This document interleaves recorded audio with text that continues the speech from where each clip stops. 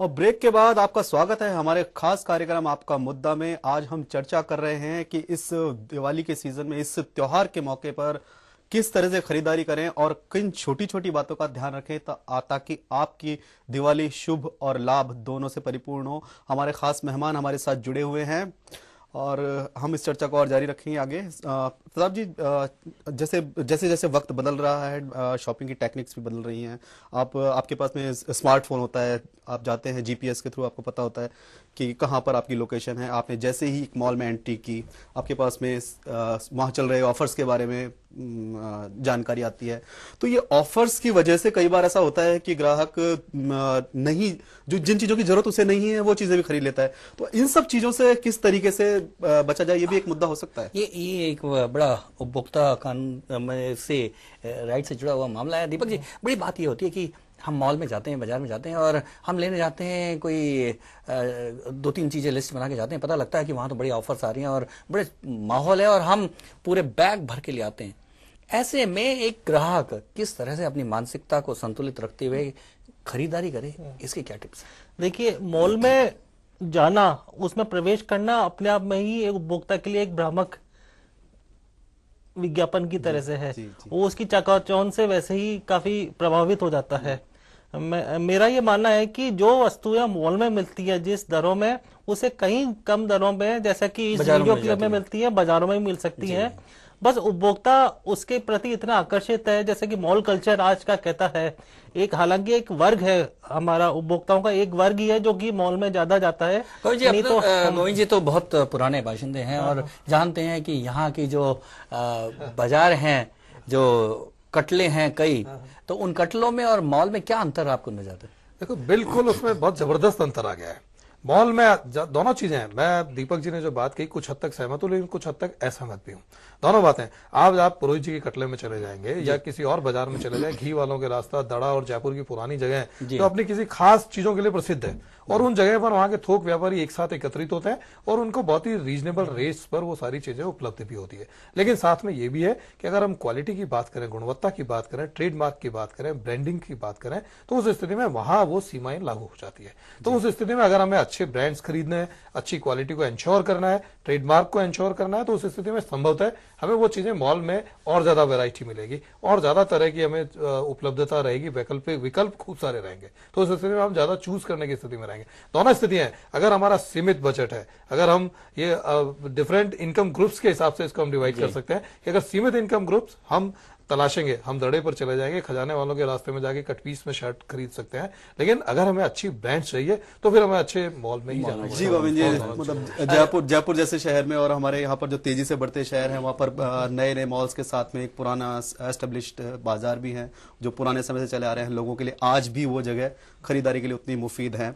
वैसे सभी लोगों का अपना अपना खरीदारी का एक अलग अलग तरह का फंडा होता है। आइए जानते हैं आप और हम जैसे तमाम लोगों का इस बारे में क्या सोचना है और वो खरीदारी करते हुए किन बातों का खास ध्यान रखते हैं। उपभोक्ताओं को बेमतलब में ऊंची कीमत पर अपना जो है सामान खरीदना पड़ता है। दूसरा ये कि क्या नाम से जो कंपनी है वो कभी भी सस्ते में अपना माल नहीं बेचेगी और पहले ही उसके प्राइस इतने बढ़ा दिए जाएंगे कि बाद में घटा के बताया जाता है कि हम आपको सस्ते में माल बेच रहे हैं। कोई भी कंपनी सस्ते में कभी माल नहीं बेचती है और इसके बाद में उसकी क्वालिटी गिरा देती है। अवसर पर जो कंपनियों द्वारा छूट दी जाती है, इसकी ओर अपने को ध्यान देने की आवश्यकता नहीं है, क्योंकि दीपावली में अक्सर त्योहार की आड़ में दुकानदार और कंपनियां पुराने मालों को निकालने के लिए तत्पर रहते हैं और इसी के चलते वो लोगों को नाना प्रकार के प्रलोभन देते हैं, जैसे एक के साथ एक फ्री या 2 के साथ एक फ्री। कस्टमर ज़रा बढ़े, उसके लिए हम अट्रैक्शन वाली चीज़ निकालते हैं। हम ये नहीं चाहते कि हम कोई रेट बढ़ा के हम ऑफर को आगे पेश कर दें, तो उससे कस्टमर को फायदा होने वाला नहीं है। कस्टमर बहुत जागरूक है आज की तारीख में। हम इसकी पूरी स्टडी करेंगे, हमने कस्टमर जागरूक है, उसके बाद हम कस्टमर के फायदेमंद के लिए कस्टमर को ज़्यादा ऑफर मिले, कस्टमर को ज़्यादा वैरायटी देखने को मिले, हम अपना ऑफर देते हैं। जो ग्राहक है उसको अपने स्तर पे जागरूक होना पड़ेगा कि जो ऑफर उसको दिया जा रहा है वो उसके लिए सूटेबल है अथवा नहीं। ऑफर्स रहते हैं, ये काफ़ी हमारे लिए बेनिफिशियल है और दिवाली के ऊपर जो नई नई स्कीम्स लॉन्च की जाती है उससे भी हमें काफ़ी फ़ायदा रहता है, क्योंकि मार्केट के अंदर जो रेट चलती है किसी इलेक्ट्रॉनिक गैजेट की उसमें काफ़ी सारा फ़र्क होता है, और उसी वजह से हम लोग वेट करते हैं कि दिवाली या कोई दूसरा त्यौहार आए तो उसके ऊपर हम स्पेशली परचेजिंग करने या कोई नया सामान खरीदने तभी जाते हैं कि इस तरह के लोक लुभावने ऑफर्स में ना पड़े और अपनी समझदारी से काम लें। तो अपनी अपनी शॉपिंग, अपने अपने अनुभव और अपने अपने फंडे, ये लोगों की सलाह थी और लोगों के अपने अपने फंडे थे। गोविंद जी, आपका इस बारे में क्या कहना है?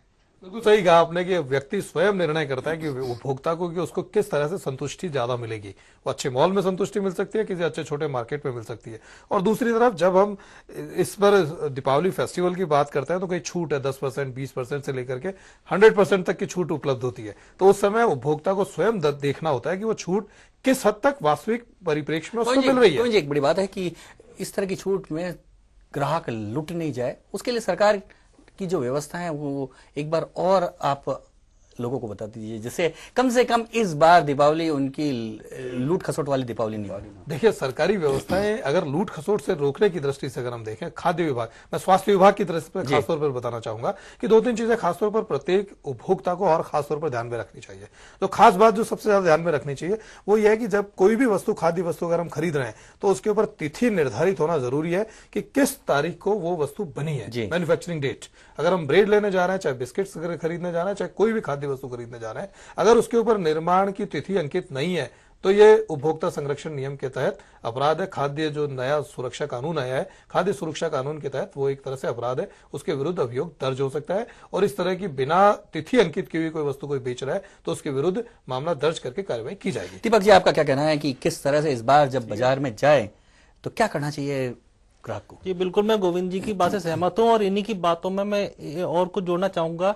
इन्होंने मैन्युफैक्चरिंग डेट की बात करी, निर्माण तिथि की, और साथ में वो एक्सपायरी डेट, अवधि पार तिथि को भी देखें। और कुछ वस्तुएं ऐसी होती है जैसे दवाइयां हैं या इस तरह की चीजें हैं जिसमें कि उस वस्तु में क्या क्या चीजें मिली हुई हैं, उसके कंटेंट्स, उसको भी अगर जागरूक उपभोक्ता है तो वो उसको भी देखे कि वो जो वस्तु खरीद रहा है वो उचित है कि नहीं है, उसके स्वास्थ्य के ऊपर विपरीत प्रभाव तो नहीं डाल रही है। जी बिल्कुल। तो इस बार अमित लगता है कि इस बार यदि बिना लुटी पिटी दीपावली मनानी है और दीपावली अपने बजट के अनुरूप ही बनानी है और ऐसी रोशन युक्त दीपावली मनानी है तो निश्चित तौर पे गोविंद जी और दीपक जी की बात पे सब ध्यान दें, जिससे इस बार अपने बजट की दीपावली बने और हम खुशी से ये त्योहार मना सकें। कोई गलत मिठाई नहीं लाएं, गलत चीजें नहीं खरीदें, तो और लुभावने ऑफर्स से बचे। सबसे बड़ी चीज कि लुभावने ऑफर से बचे। तो ये थी हमारी कोशिश आप तक वो छोटी छोटी बातें पहुंचाने की जिन्हें इस त्योहारी मौसम में खरीदारी करते हुए आपको ध्यान रखना चाहिए। हमारी यही शुभकामना है कि यह त्योहार आपके लिए न केवल शुभ बल्कि लाभदायक हो।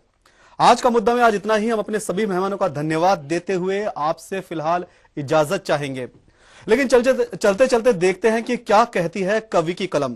नमस्कार।